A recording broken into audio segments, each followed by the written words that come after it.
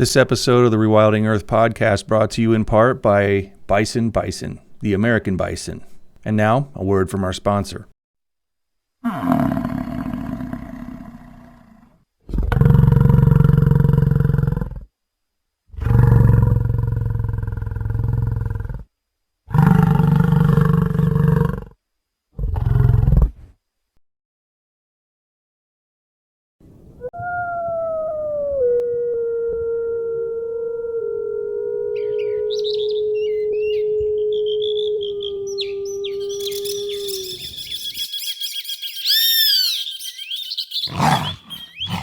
You're listening to the Rewilding Earth podcast.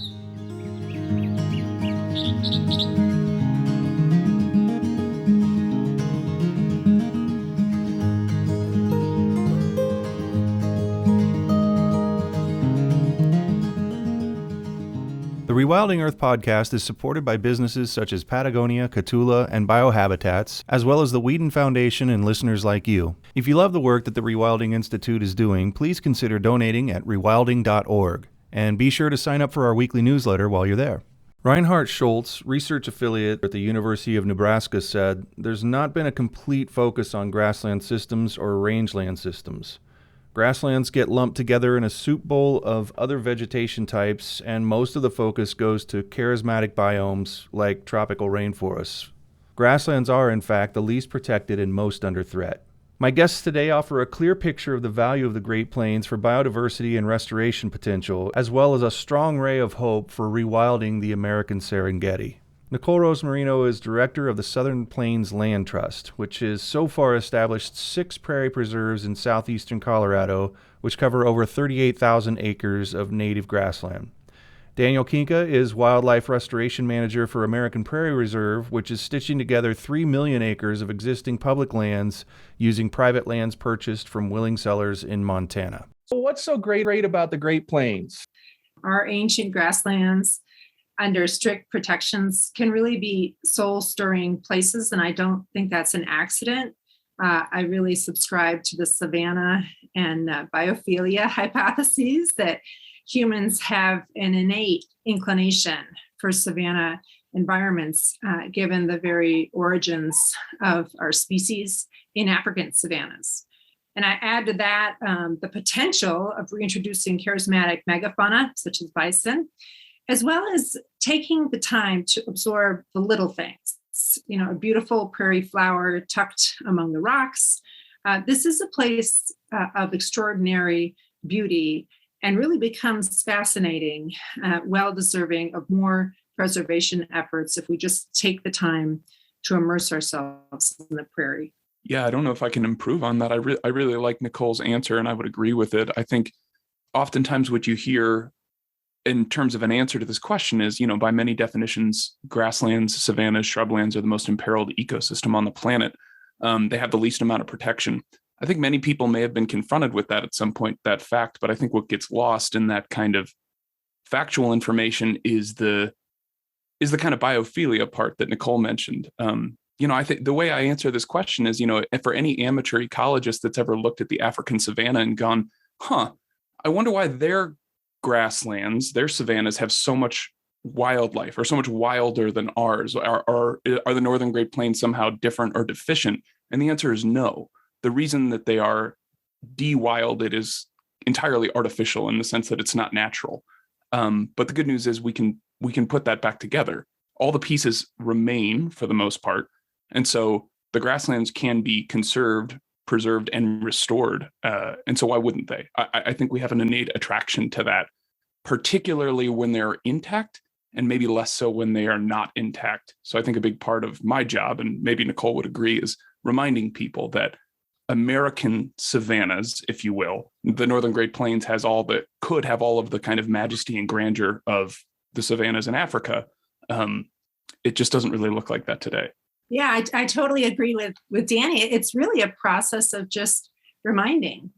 You know, in the 1800s, European aristocrats were streaming to the Great Plains, you know, bypassing the coast to head straight to this incredible bestiary that I think Dan Flores really captures beautifully in his book. I think that if we take the time to create the preserves that Southern Plains Land Trust and American Prairie are establishing, that can provide that space for the native wildlife to bounce back and to restore the species that are missing, it really will be a beautiful result. And I think that all we need to do is really capture that history and communicate that to the rest of the country or the continent, to bring back the American Serengeti. And I would also say that grasslands are great because they're critical to the health of our planet. This is one of the planet's largest carbon sinks, and we need to defend it.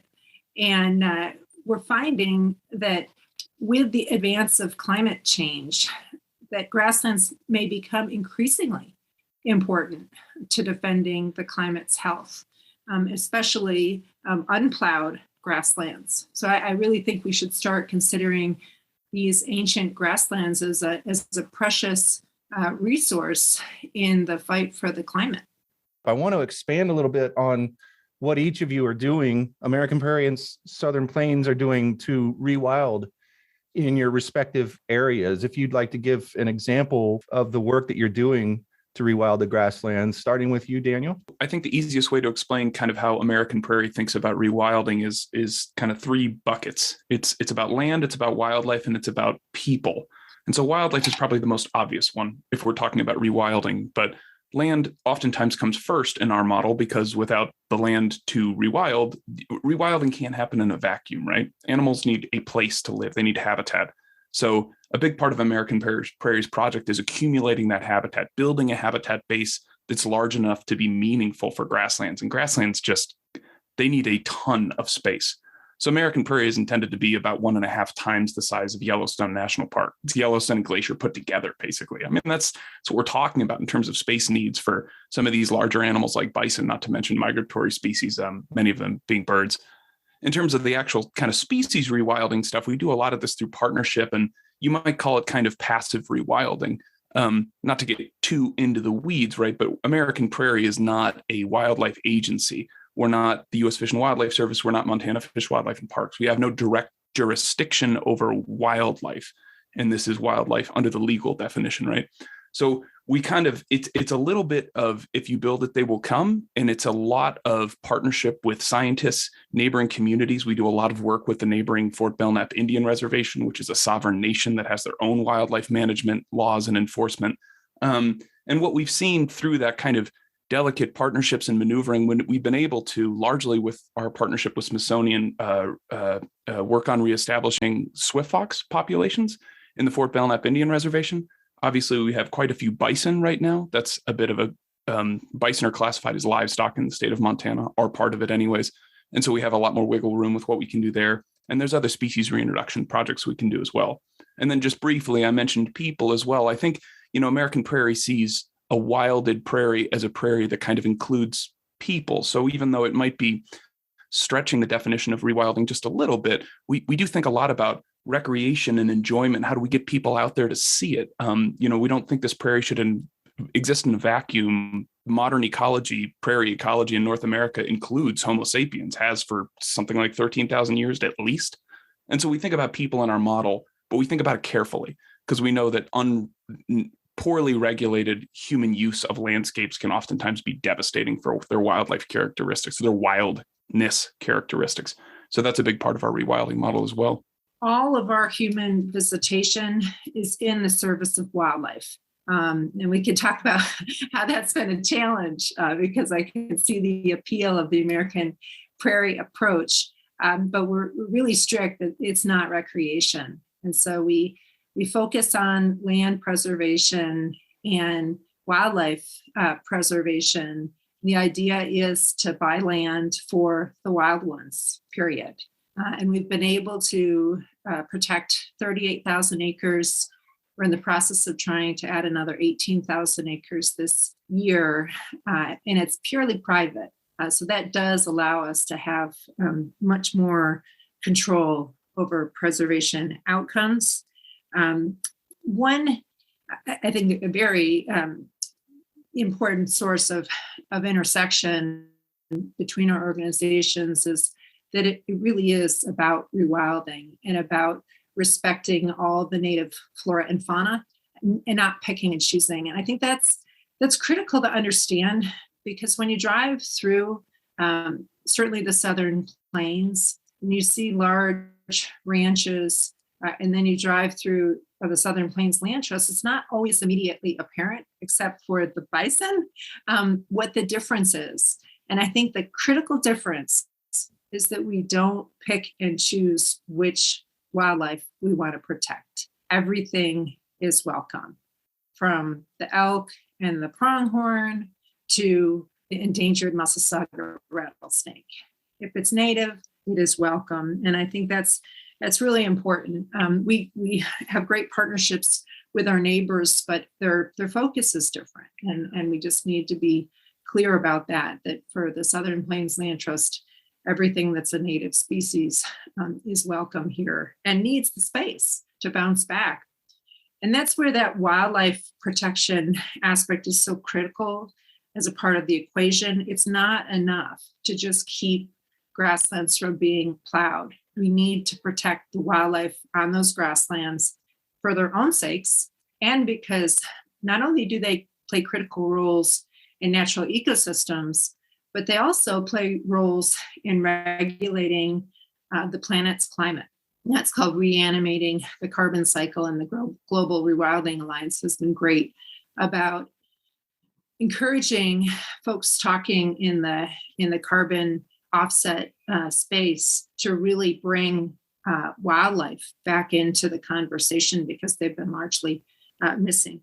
But that's our thrust, is really to establish refuges for prairie wildlife, to protect the land that they need to eke out a living without human interference, and also to protect the wildlife itself. You're listening to the Rewilding Earth podcast. From humble beginnings to global conservation phenomenon, the rewilding movement continues to grow and thrive amid the greatest ecological challenges our planet has faced in 65 million years. Here's how you can join us and help return balance to nature. First, go to rewilding.org and subscribe to the weekly digest to keep up on the latest rewilding news, interviews, and art. Second, consider donating to support the Rewilding Institute's mission to rewild North America and beyond. And for extra credit, please like, subscribe, and share this podcast to help spread the word. Thanks so much for your support. You've both talked a little bit about this so far, but are there any other things that you'd like to talk about in terms of opportunities that you have before you to advance your efforts to conserve prairie biodiversity? I would say the opportunity is the free market and private property. Both provide us with opportunities to advance prairie biodiversity. People buy and sell land every day. Why not buy it just for the wild ones? And we're continuing to expand our preserve network by purchasing land adjacent to our existing properties. As I mentioned, we're in the process of trying to expand Heartland Ranch Nature Preserve. It's currently about 25,000 acres, and we have 18,000 acres under contract. So we want to grow that to 43,000 acres, or nearly 70 square miles this year. And we're also looking beyond our focus area in Southeast Colorado to all of the Southern Plains, which includes portions of 5 states. So we're really trying to accelerate our pace of preserve creation and expansion, inspired, no doubt, by the American prairie. It's very inspiring to us, and we feel like it's time for the South to catch up. Well, I think Nicole nailed it. The big one is this idea of kind of private property rights in the free market, which may sound a little bit wonky, but I think that is a big thing that ties American Prairie to the Southern Plains Land Trust. The opportunity it's a way of saying, well, for better or for worse, governments seem to have lost steam in terms of setting aside protected areas, whether they be national parks, state parks, national recreation areas, whatever. We don't see big landscapes being set aside like that anymore. So that's bad for conservation.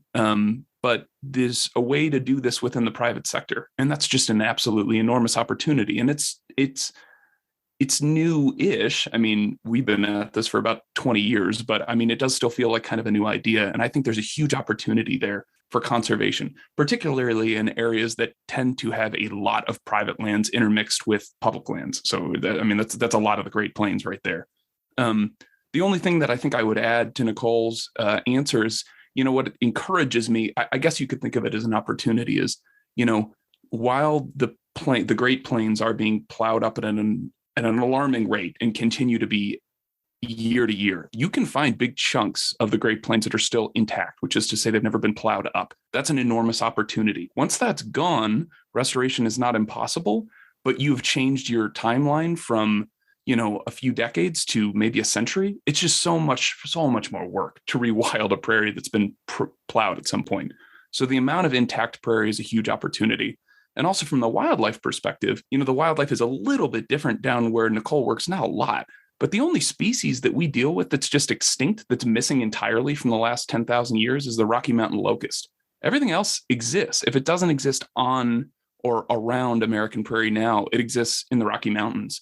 We're not dealing with re-extinction or de-extinction here. We're talking about rewilding animals that are either already there and just need to be more robust in terms of their populations, or exist essentially next door.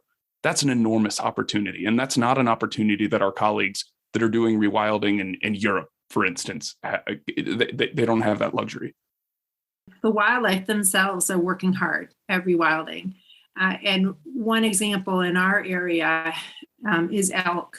I think that American Prairie probably has a lot more elk than we have, but our elk are struggling to come back. They basically been relegated to the forest because of that historic overhunting, but they make their way through the canyon lands to the prairie, to our Heartland Ranch Preserve.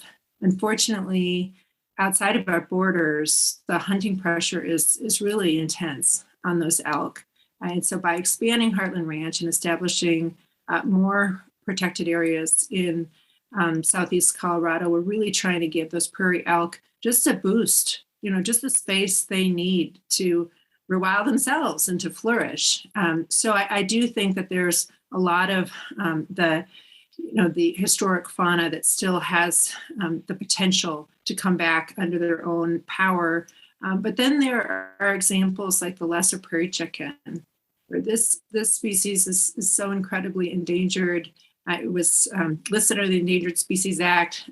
Then industry managed to get it removed from the Endangered Species Act, even though it is just gasping its last breath. And we can't find the birds in many places. They would likely have to be reintroduced to one of our preserves. And so we're certainly looking to both provide the space for wildlife that remains in the area to come back, but certainly the bison need to be reintroduced. And as in Danny's context, they're classified as livestock in Colorado.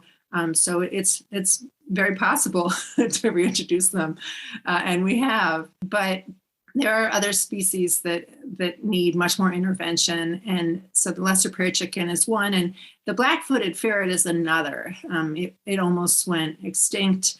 It only occurs in the wild today because of reintroduction programs, and we just signed an agreement with the Fish and Wildlife Service to participate in black-footed ferret reintroduction, and may get ferrets as soon as this fall, and we're really excited about that. But it's due to our strict protections for prairie dogs, on which ferrets absolutely depend for a lifeline. Almost all of the ferrets' diet is prairie dogs, and they can't exist in the wild outside of prairie dog towns. So I think it's a combination of really providing the space for the existing wildlife to flourish, and returning the members of this community that are missing. And what's nice about it is it's totally within our reach. I think the only challenges we would have are, the major carnivores that are simply extirpated from the Southern Plains. And so we focus on what's feasible, and bringing bison back, providing the space for elk to flourish, providing the habitat for grassland breeding birds to come back. Not only lesser prairie chicken, but the whole guild of grassland breeding birds has been rapidly declining for decades, and they can benefit from the mosaic of plant communities that bison grazing create, and also prairie dog towns provide. We also are doing a lot of work on our streams in order to encourage beaver recolonization. And I really look at biodiversity on the shortgrass prairie as having bookends. We need bison and prairie dogs on the uplands, and we need beaver in the riparian areas. And with that combination, you can really have just a major impact on preserving the whole suite of wildlife that makes the shortgrass prairie so fascinating. It feels better to say, hey, it's a lot easier for us to provide these places so that wildlife can rewild itself into these areas and seek refuge here than it is to return an extirpated species through an endangered species program. I mean, absolutely. No doubt. The hard reintroductions are necessary, right? Because to Nicole's earlier point, like, this is ecological restoration. This isn't single species stuff. We need all of the component pieces in order to get that kind of like ecological epiphenomenon, if you will, right? The system only works if it's got everything in it. So it's not a bison project, it's not a black-footed ferret project, it's an everything project. In some cases, those hard species reintroductions are necessary and will continue to be necessary. The black-footed ferret is a perfect example of that. I mean, they barely exist in the wild at all, but they thankfully do fairly well in captivity. So we have a good well to draw from for reintroductions. But I think these things go better when they can happen. Naturally is not the right word here. That word gets kind of abused. But if that kind of, I guess, if you want to call it passive rewilding, I think that's a stickier kind of rewilding, in my humble opinion, right? Like, what we think about a lot out of American prairie is social carrying capacity, which is just a fancy scientific jargony term for tolerance for wildlife.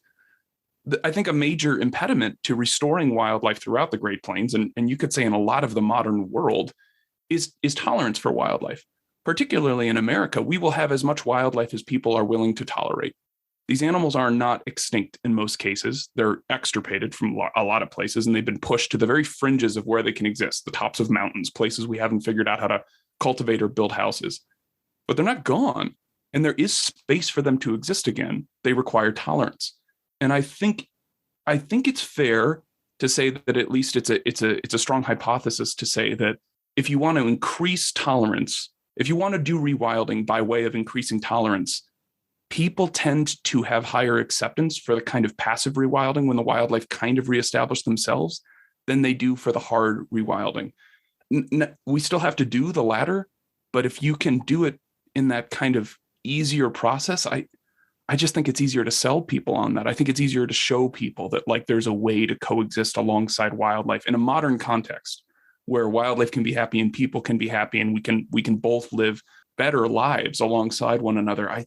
I think that's a lot easier to demonstrate when it can be kind of done slow and over time, and you can show that the wildlife have the ability to do it, rather than somebody like me bringing these things in on the back of a trailer. Yeah, that's really well said, Danny. And it reminds me of another opportunity that we haven't discussed, which is sort of turning that tolerance into excitement, because a lot of the rural areas, and certainly I think the context that both of our organizations are working in, have experienced economic stagnation. And there are, elected officials and public policy makers in these rural Great Plains communities that have embraced the idea of economic diversification, which I think both of our organizations can deliver to those local economies. There is a real need in the southern Great Plains for a more robust service sector. And when we have visitors coming to our preserves or scientists in the service of wildlife, they're going to stop at local gas stations, motels, and hotels, and they're going to help that fledgling service economy. And I'm not just speaking for myself, I'm speaking for, county commissioners and mayors that I've talked with that totally understand that something needs to change. These economies, these rural economies aren't serving everybody in the community. For example, the county that our largest preserves are based in is Bent County, which it's Bent County, Colorado, and it has a poverty rate 3 times the state average. Anyone looking at that would have to say there's a problem. We need to do something different. And I think economic diversification, nature-based visitation is really part of the solution. I was getting ready to say you're islands in the Great Plains, but you're really small archipelagos forming in the Great Plains of different lands that you manage and look after. And the Great Plains is a massive place. I mean, what would it take for the Great Plains to truly mirror the Serengeti in your minds? This is a really important point because at American Prairie, we talk about size constantly, right? To kind of stretch that analogy to the breaking point, like I think we'd want something a little more like on the scale of like a subcontinent, but it's still it's not going to be enough all by itself. Now that the size that we aspire to, 3.2 million acres, is based on scientific evidence that says that can be largely self-contained. When you're talking about your large mammals, right? Like that's enough area to probably contain a self-sustaining population of like your biggest mammals, something like a bison, maybe like multiple packs of wolves that don't have to exit that kind of bubble, right? But ecologically, we know that that's a little ridiculous, right? Like, I mean, yes, that's possible, but the plains based are almost every species that you can name. It's based on migratory patterns, right? And so animals, in order to do the ecological work, in order for bison to be an ecosystem engineer, right? Nicole alluded to this earlier. They need a lot of space to work. And in order for bison populations to kind of exist, quote unquote, naturally, they would have to be connected somehow to other bison populations. Now we can do that by trucking around bison to make sure that there's genetic diversity between herds and we're maintaining those kind of like meta populations. But if we look at something like birds, right? They have to migrate so much farther than the mammals do. I mean, think about a long-billed curlew, right? Like a super charismatic, weird gonzo-looking bird that calls American Prairie home for part of the year. They spend the other half of the year in the plains of north central Mexico. For a lot of our bird species are making those migrations down to Central America, or in some cases, all the way down to South America. And so it doesn't matter what we do for habitat conservation. Well, it only matters so much what we can do for habitat conservation on our end. If they're not protected at the other end of their migratory pattern, you won't have long-billed curlews. So Great Plains conservation really does need to look across a huge landscape, much farther than is within the purview of American Prairie to think about. But if you have this kind of island model where you can have these like sanctuaries or safe space, large safe spaces where wildlife can thrive, and the priority is the management of biodiversity, not the production of commodities like cattle or other livestock or crops. That combined with tolerance in the space in between, so on working lands, on ranches, basically, ranches that can coexist with kind of thriving wildlife populations where it's not a threat to the bottom line of the business, but it kind of provides those economic diversity ways for the community to diversify economically that Nicole mentioned and still maintain their operations in something like a traditional model. If you have Southern Plains Land Trust and American Prairie and other organizations like it as islands in that sea of otherwise tolerant or semi-tolerant working lands, then it works. Then I think you can think about really enormous scale Great Plains conservation in a way that's meaningful on like a global level. You know, the Great Plains Conservation Network really is looking at this scope from, Canada through the U.S. into Mexico. I would love to see more refuges in more places, but I definitely agree with Danny on, the good old core buffer approach, that the refuges really are the core. And if we, build good relations and talk to our neighbors, then we can expand the benefits to wildlife beyond our borders. Right now, we've teamed up at Southern Plains with 4 of our neighbors to Heartland Ranch to modify fence to make it more passable for pronghorn and elk and others. And that will impact a 90,000 acre area. So far beyond our borders. And I think There's just a lot of opportunities to do that kind of work. I'd love to have the sort of Yellowstone to Yukon vision in the Great Plains. I think the fact that it's not a well-developed vision for the Great Plains yet is due to I think, historic lack of emphasis in the conservation community on grassland protection, but that is changing. When we think about the scale at which we'd like to be operating, I love the idea that Danny mentioned of reestablishing migration. I'd also just love to see changes on a day-to-day basis of animals. I'd like to see them not fleeing in terror.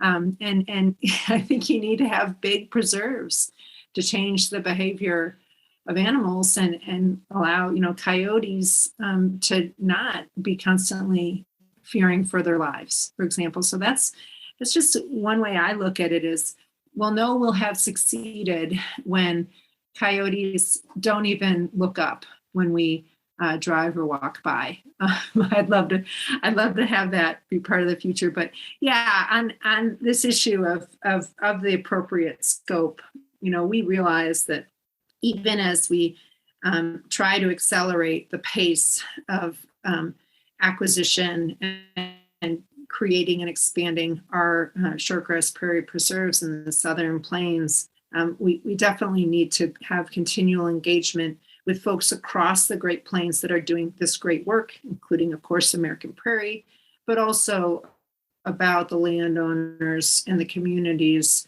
that live in the Great Plains. And I think that there's the potential for great excitement. The Great Plains Ecotourism Coalition, I think, is doing an excellent job of really showing folks that there's just so much beauty in this area, and it's well worth conserving. Tom Butler wrote a beautiful book called Wildlands Philanthropy, where he looked at 40 different case studies of how buying private land can lead to these epic, parks throughout the world. And so I do think it's really inspiring work. This is a labor of love, and this is about creating beauty in a world where, unfortunately, there's a lot of ugliness. And so it brings us joy at Southern Plains Land Trust every day to know that we're making tangible progress for the prairie. You guys really provide a lot of hope. And I thank you so much for taking the time to be here on the podcast today. My pleasure. Yeah. Thank you for having me on. Thanks for listening to the Rewilding Earth podcast. We do what we do because of you. This podcast is supported by listeners like you who long to live in a wilder world.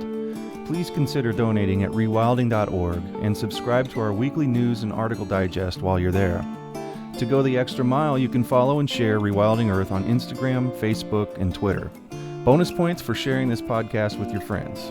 To listen to past episodes, go to rewilding.org/pod. That's rewilding.org/pod.